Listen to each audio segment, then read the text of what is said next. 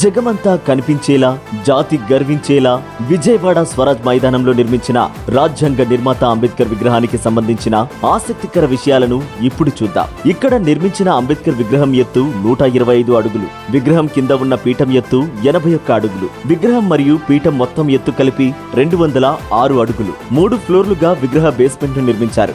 విగ్రహం బేస్ కింది భాగంలో గ్రౌండ్, ఫస్ట్, సెకండ్ ఫ్లోర్లు ఉంటాయి.